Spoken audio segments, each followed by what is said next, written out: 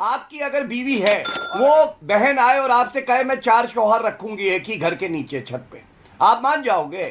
सुनिए, यूसीसी लाने से सिर्फ और सिर्फ हिंदुओं का ही भला करने वाले, मुसलमानों के जितने राइट्स टाइटल है ये सबको खत्म करने की आपका प्रोपेगेंडा है। शांत हो जाओ बेटा, शांत, अभी शांत। अच्छा नहीं लगेगा, बीच में मैं नहीं बोला था। समान नागरिक संहिता से दिक्कत कुछ मुस्लिम संगठनों को ही है जो इसके विरोध में खड़े हैं, जबकि और धर्मों को इससे कोई दिक्कत नहीं है। इसी पे जोरदार बहस सुनी जिसमें गौरव भाटिया ने ओवैसी के चमचों को आईना दिखाया। आप समान नागरिक संहिता के नाम पर भड़का रहे हैं। नहीं, भड़का नहीं रहे, हम लोगों को जगा रहे हैं। लोगों को जगाना और रियलिटी समझाना क्या भड़काने को बोलते हैं? जो कानून बताना, अगर आर्टिकल 29 का मैं उल्लेख कर रहा हूं जो डिवर्सिटी की बात करता है, मिस इन्फॉर्मेशन भड़काना होता है। हो गया। मैं हिंदू अनडिवाइडेड फैमिली की बात कर रहा हूं।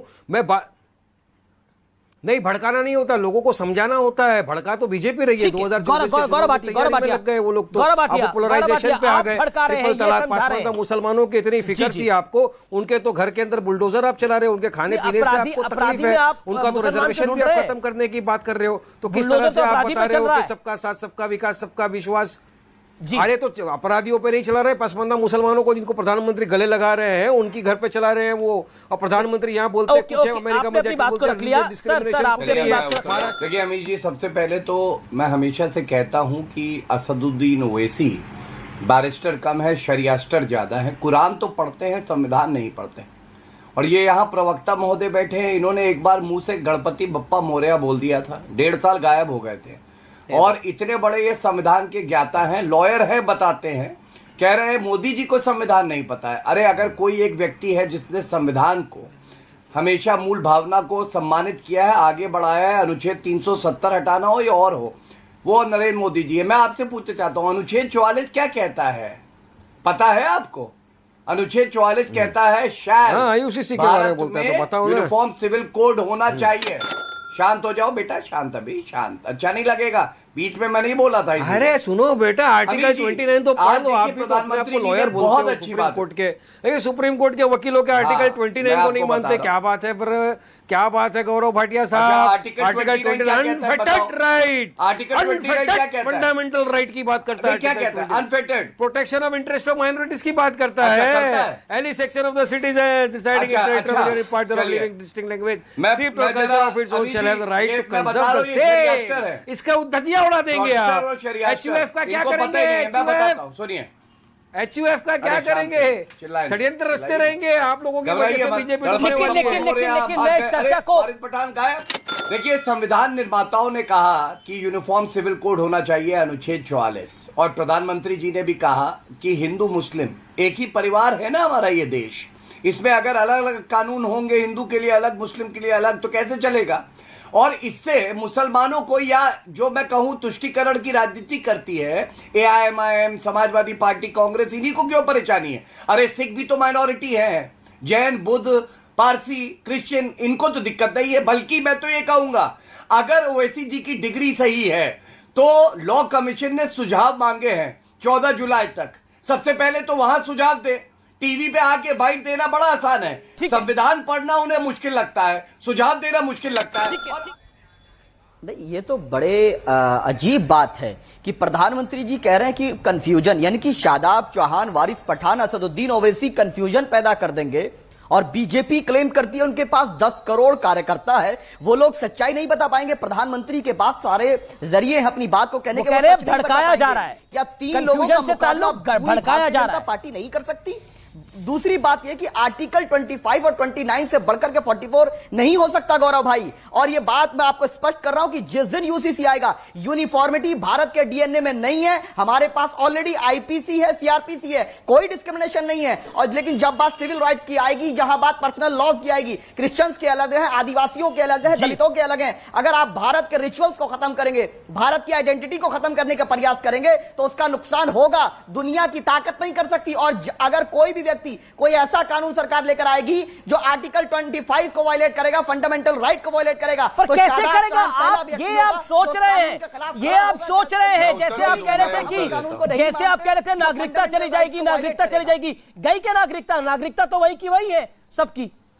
ये आप सोच रहे हैं, यही तो झूठ है, यही तो आडंबर है। Okay Gaurav Bhatia reply to Shadab Chauhan, sharp reply Gaurav Bhatia. Shadab और ओवैसी से नरेंद्र मोदी डरते हैं, मैं क्या करूं अब?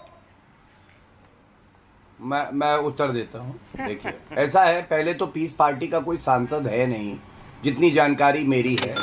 तो ये बेगानी शादी में अब्दुल्ला दीवाना वाली बात है, लोकसभा के चुनाव की बात हो रही थी, भाई साहब का कोई वजूद ही नहीं है। दूसरी बात, ये शादाब चौहान यहाँ बैठे हैं, भारत की आइडेंटिटी खतरे में आ जाएगी बात करते हैं। अफगानिस्तान अफगानिस्तान में तालिबान राज आया था, इन्होंने एक ट्वीट किया था, बधाइयां तालियां बजा रहे थे, कह रहे थे निजामे मुस्तफा का राज कायम करेंगे।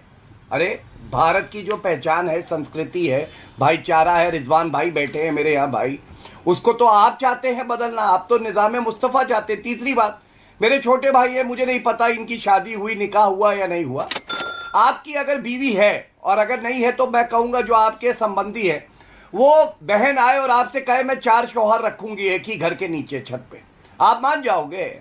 आप संविधान की बात कर रहे हो ना, 4 शौहर रखेगी कोई आपकी जानने वाली मुस्लिम जो हमारी बहन है, आप मान जाओगे? तो क्यों चाहते हो भाई कि वो 3 बीवियां और रहे और वो बहन बुलाए उसे? तुम उत्तर दे सकते हो? नहीं दे सकते। और अंत करूंगा एक बात कह के, जी सुप्रीम कोर्ट में, अरे वारिस भैया आप रह लोगे, आप रह लोगे, कोई लॉजिकल नहीं। सब बोलेंगे तो कैसे शदाब और वारिस में से एक बोले। ओके, शदाब और वारिस में से तो एक बोले कम से कम। ओके अमीश भाई 30 सेकंड नहीं मैं दूंगा आपको, रिजवान मैं आपको 40 सेकंड दूंगा, लेकिन वक्त के साथ। Okay Shadab 30 second, Shadab 30 second. Gaurav भाई को शादाब की बड़ी चिंता है, लेकिन उन 22 लाख बहनों की चिंता नहीं है जिनको उनके पतियों ने तलाक दिया है और ना ही उनके साथ रह रहे, उनको छोड़ दिया। उनके परिवार की चिंता ना प्रधानमंत्री को ना गौरव भाई को। उसमें से एक हमारे गुजरात वाली भी है, उनका बड़ा सम्मान करता हूँ, नहीं बात करना चाहते। नहीं, अगर आपकी बीवी हो और कहे कि 4 शौहर रखूंगी, अब आपके 30 सेकंड का ऑडियो डाउन, कल्चर का प्रोटेक्शन आप नहीं झेल सकते, आप इतने बड़े नहीं हुए हो जो बाबा साहब मैंने तो एक सवाल पूछा, यूसीसी में अगर सबको, अगर एक घर है, एक भारत है, तो 2 कानून क्यों चलेंगे? एक कानून होना चाहिए। वही तो मैं बोल रहा हूं, तो HUF हटा देंगे क्या मोदी जी? जो हिंदू डिवाइडेड फैमिली का वो है, गुजरात के अंदर तो एक कानून है कि जहां पर मुसलमान आदमी हिंदू के एरिया के अंदर घर नहीं खरीद सकता, वो कानून को हटा देंगे क्या? हाँ, कहीं पर स्टेट के अंदर गाय मम्मी है, कहीं पर गाय यम्मी है, उसका क्या करेंगे? हटा देंगे क्या? इसीलिए मैं बोलता हूँ ये नहीं कर सकते, और ये संविधान को खत्म करने की बात है। लेकिन ये संविधान, ये तो संविधान का ही हिस्सा होगा ना अमीश भाई, संविधान कैसे खत्म होगा? संविधान का तो हिस्सा होगा। Rizwan Ahmed article 25 unfettered fundamental right देता है। देखिए वारिस भाई एक बात सही कह रहे हैं, खत्म करने के लिए मोदी जी अमीश भाई देश का ध्यान भटकाने के लिए। तो चलो 2019 के चुनाव के पहले भी इन्होंने बोला था हम आएंगे सरकार के अंदर, यूसीसी को खत्म कर देंगे। अरे नहीं कर सकते, संविधान के अंदर इसका वो नहीं कर सकते। संविधान निर्माता ने ये बात बोली है। Okay Rizwan 10 second, Rizwan 10 second, Rizwan Ahmed audio down, Rizwan 10 second. देखिए जो अमीश भाई जो वारिस भाई बात बोल रहे हैं वो अपनी जगह सही है, और वो फॉर्मेट आने के बाद पता चलेगा। ऐसा नहीं हो सकता कि यूसीसी सिर्फ मुसलमान को टारगेट करेगा, ऐसा बिल्कुल नहीं हो पाएगा। यही मैं इनको समझा रहा हूं, जिसकी जहां भी जो कमी है, अगर कोई कानून हिंदुओं के लिए भी है लेकिन आज की तारीख में वो इंप्लीमेंट होने में परेशानी है, तो यूसीसी में उसको भी तो लाया जाएगा ना। ये कौन कह रहा है कि सिर्फ शरीयत को यूसीसी में लाया जाएगा भाई? ओके वारिस पठान इस बात का जवाब। और संविधान निर्माता बाबा साहब अंबेडकर भी तो चाहते थे यूसीसी हो, कॉमन सिविल कोड हो। नहीं, बाबा साहब अंबेडकर के संविधान का ही मैं उल्लेख कर रहा हूँ। आर्टिकल 14, 25, 29 बाबा साहब अंबेडकर चाहते थे कि नहीं यूसीसी हो कि नहीं हो, इक्वालिटी का, जो अनफेटेड सेक्युलर।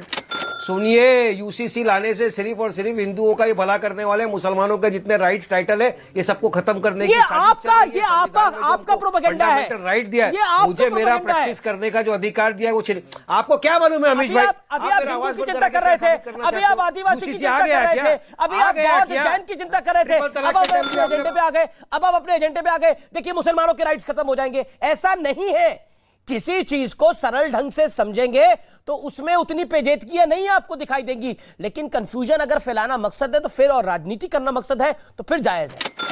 प्रधानमंत्री नरेंद्र मोदी द्वारा समान नागरिक संहिता लागू किए जाने की वकालत के बाद चर्चा गर्म है। मुस्लिम पर्सनल लॉ ने पीएम मोदी के बयान पर देर रात ही इस पर मीटिंग बुलाई, तो वही विपक्ष ने भी इस पर आपत्ति जाहिर की। यूसीसी लागू करने के पीछे मकसद यही है कि सभी नागरिकों के लिए धर्म, समुदाय और क्षेत्र से परे शादी, तलाक, विरासत, बच्चों को गोद लेने समेत तमाम निजी मामलों में एक सा कानून लागू हो सके। अब तक भारत में अलग अलग समुदाय के लिए कुछ अलग अलग कानूनों को भी मान्यता रही है। खास तौर पर मुस्लिम समुदाय के कई फैसले तो मुस्लिम पर्सनल लॉ के द्वारा लिए जाते हैं। सरकार के इस प्रस्ताव को मुस्लिम समुदाय के कई नेताओं ने मजहब पर हमले की तरह पेश किया है। भारत के संविधान के आर्टिकल 44 में कहा गया है कि राज्यों को अपने नागरिकों के समान नागरिक संहिता लागू कराने के लिए प्रयास करने चाहिए। संविधान निर्माताओं ने अपने दौर में इसे लागू करने के लिए कहा था और भविष्य में इसका फैसला संसद पर छोड़ दिया था ताकि सहमति के बाद इसे बनाया जा सके। संविधान लागू होने के बाद से अब तक 7 दशकों में कई बार सरकारों ने समान नागरिक संहिता की बात कही है, लेकिन इस पर फैसला नहीं हो सका। अब तक यह एक संवेदनशील एवं विवादित मुद्दा बना हुआ है। भाजपा, शिवसेना जैसे दलों के अलावा तमाम राजनीतिक दल इसे लागू करने से परहेज करते रहे हैं। भारत में रहने वाले मुसलमान मुस्लिम पर्सनल लॉ का पालन करते हैं। इन्हें शरीयत के तहत मान्यता की बात कही गई है। मुस्लिम पर्सनल लॉ एजुकेशन एक्ट 1937 के तहत मुसलमानों को शादी, तलाक, उत्तराधिकार और मेंटेनेंस के लिए फैसले होते रहे हैं। हालांकि 3 तलाक को लेकर विवाद बढ़ा तो एक अलग कानून ही बन गया जो इसे गलत ठहराता है। यहूदी, ईसाई और पारसी समुदाय के लिए भी अलग से नियम है। इन समुदायों पर इंडियन सेकुलर एक्ट लागू होता है। यूसीसी पर चर्चा छिड़ते ही मुस्लिम पर्सनल लॉ भड़क गया है। उन्होंने कहा कि हमारी पहचान को खत्म करने की साजिश है। दरअसल भारत में यह मामला सिर्फ कानूनी ही नहीं बल्कि सामाजिक और राजनीतिक तौर पर बेहद संवेदनशील है। मुसलमानों का एक बड़ा वर्ग यूसीसी को अपनी पहचान खत्म करने की साजिश मानता है, जबकि देश का एक वर्ग मानता है कि अखंडता और एकता के लिए समान कानून जरूरी है। इसके पैरोकार संविधान के आर्टिकल 44 और सुप्रीम कोर्ट के फैसले का हवाला देकर इसे लाने की वकालत कर रहे हैं।